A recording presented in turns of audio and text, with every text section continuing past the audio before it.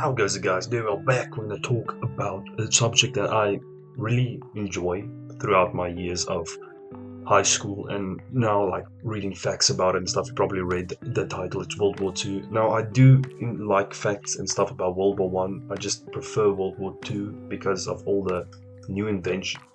That's my phone telling me to sleep. But the new inventions that they brought into the war, it was just so many things like the nukes, the new way of naval combat, of course, with the plane carriers. Jet, it's not jet, it was plane carriers, and just all of these new things they designed. The gas they used, the weapons they used, like the Automatica, I think is a French one, and then of course this fucking thing. I remember it from no, this was World War One. Never mind. But just the weirdness of some of the weapons that they used as well, and stuff like that. So I really enjoyed it. Now, of course, there were two sides: the Allied and the Axis. The Axis was the big bad, of course. Technically, they did start it. I'm pretty sure Japan started it. I don't think it was the whole Hitler thing that started the Hitler thing, basically, where he just took over the Czech Republic and well, not Czech, is it Czech?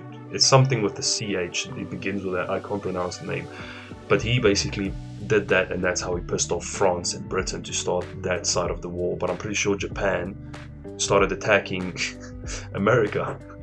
Well, not America, islands of America that they technically owned bases and stuff, and that's how that conflict started and stuff like that. My facts are not 100% correct, of course. I do not know all the facts, but I have a vague idea of what happened. I might be wrong. I am probably 100% wrong, but I mean, what can I do about it? I just like talking about this. Now, this is probably not the thing that a lot of people say, because I'm not saying anything that Germany did was good, that, of course, the H-man did was good. But I mean, for them to be able to stand up against the Allied forces, which included Britain, America, the Russians, of course, it was the Soviet Union back then, and of course France, and put up such a good fight against them while having the fucking spaghetti munchers and Japan as their allies is just insane. Now, the reason why I'm saying especially Japan and Italy were so bad at the war. Italy, while they were invading, of course, Africa, that was Italy's like major thing is to invade North Africa. There was a point where they surrendered and they lost 90 or 100,000 troops as war prisoners. Like they just, the commander surrendered with 90,000 people under his command. How? It wasn't even that like bad of a battle. Hitler literally had to pull back some of his forces to help his Italian fucking friends, so he still can say he had some allies. So that's the one reason why I'm saying that. The other thing is Japan. I mean, their whole plan was good. They basically, attacked the naval bases. I'm pretty sure of it was one was Pearl Harbor. There was another one before Pearl Harbor though, if I'm pretty sure it was just Guantanamo Bay. No, it wasn't that, but it was like another place that they attacked, and they attacked it, and then they went like, okay, they're gonna start getting mad at us because what basically happened is, we attacked them first, so they're gonna retaliate.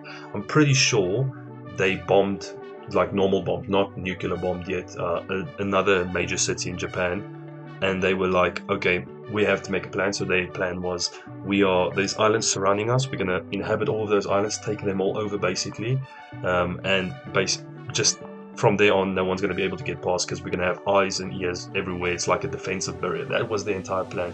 Never completed that plan though, because the American Marines fucked them over. Six love, but it was a good plan.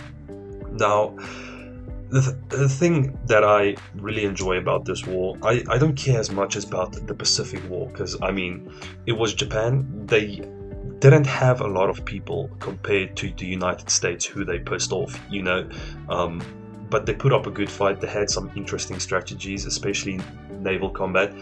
They lost the majority of the fleet through one mission because I think it was an admiral who was in control of the mission, basically in his instincts thought the naval fleet of the Americans were far away while they were busy invading two different spots. But this was the spot I'm talking about, was the naval spot. I don't know the names, man. I don't memorize names. I just like the story. But he literally was there, busy attacking. They looked for the naval fleet, didn't find any evidence of the naval fleet, and then he had backup planes on the plane carrier for in case naval combat happened, because it's two different type of weaponry you have to equip your planes with. So he had those in reserve, and he then said, we don't see any signs of the American naval company or the naval ships appearing, so let's reload the guys, the planes, unload them, and then re-equip them with, of course, bombing and stuff equipment for the island.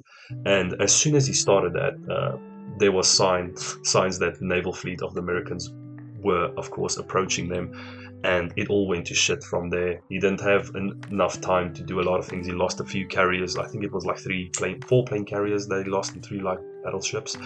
I'm not completely sure about those facts, but it's just insane to me, because for Japan to have fought so long against the Americans, of course they would have continued fighting if it wasn't for the nuclear bombs, but for them to have fought America, who's, I think it's almost more than triple their size in landmass, more population, all of that, for them to have put up that fight with less soldiers, if you think about it, because of course America, I don't know if they had forced conscription, is it conscription? I don't know, forced into the military. I think they did near the end of the war.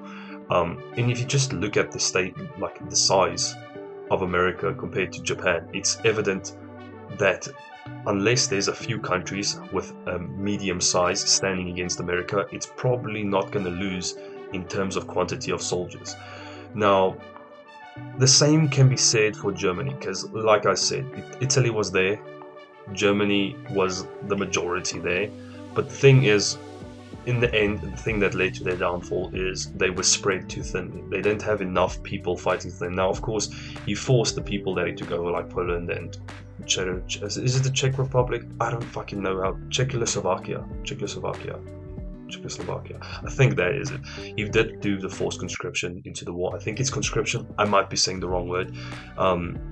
To boost his soldier quantity, but I mean, then you get lazy soldiers, people that don't want to be there, war prisoners technically fighting for you.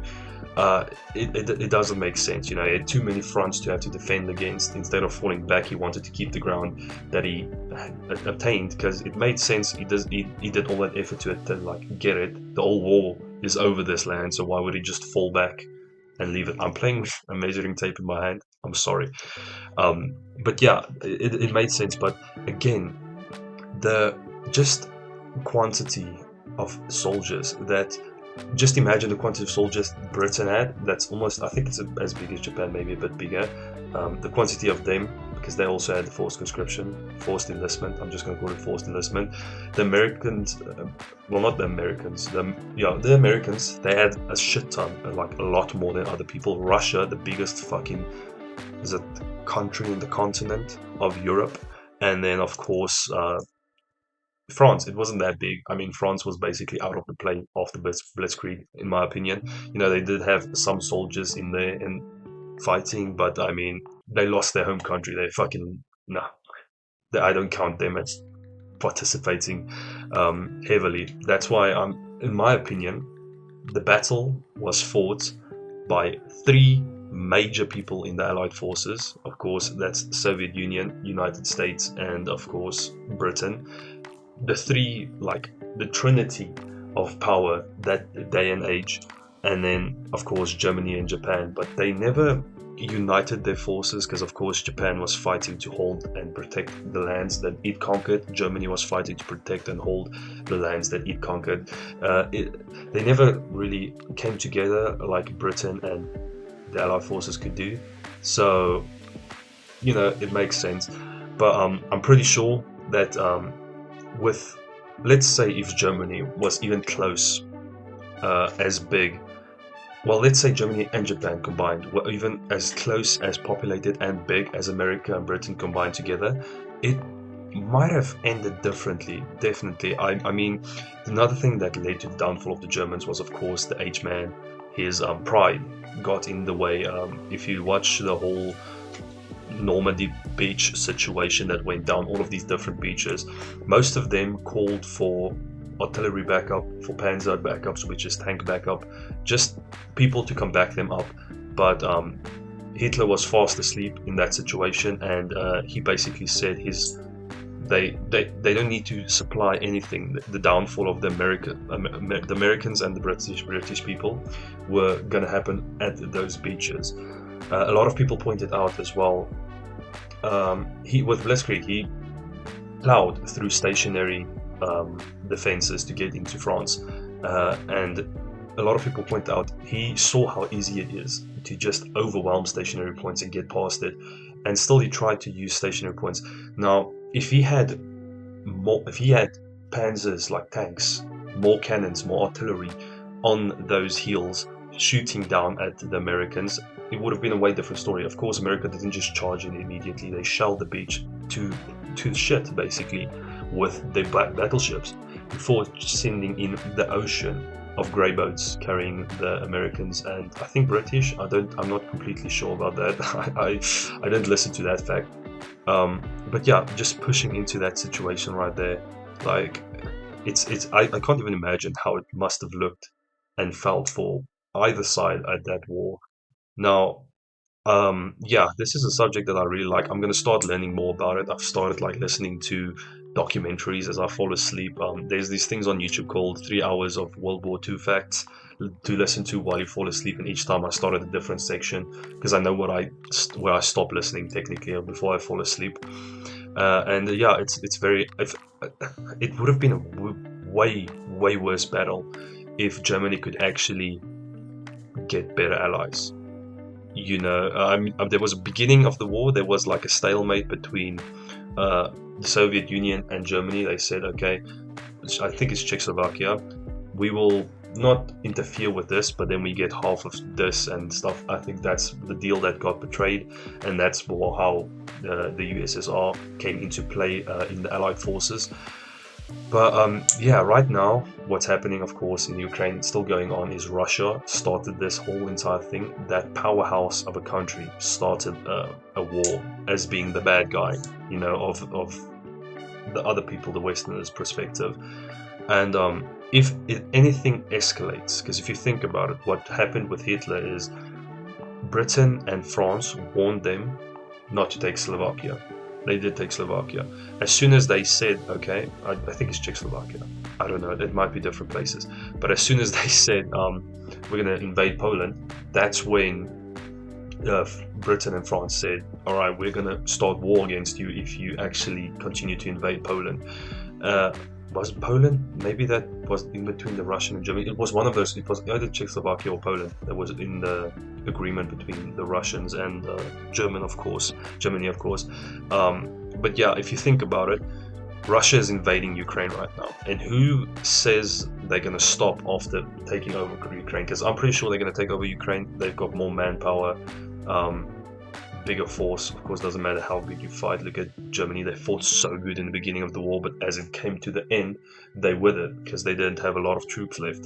So who's going to stop him from taking another piece of land that he wants? It could escalate way further than right now, but like right now it's still fine-ish. It's not leading into a world war, which is bad for the Ukraine, but good for everyone else in the situation. I don't want to fight in a World War III. The thing is, if you had to ask me today if I would rather fight in either World War I or World War II than rather World War III, I would choose any of the other two options. Because if you think about it, the drone strikes, the warthogs, the just air superiority in general. And I'm not just talking about planes, I'm talking about missiles that can be launched pinpoint accurate with jet thrusters and stuff like that. The thing is, World War III is not going to be fought by men. It's going to just lead to the massacre of men, in my opinion.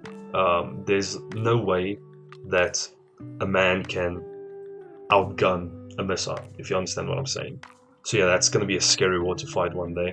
But yeah, this is like a passion I have. I like learning about history stuff, and that's why also I want to definitely go to Japan, Germany, not America, because fuck America, and just like see what they fought for.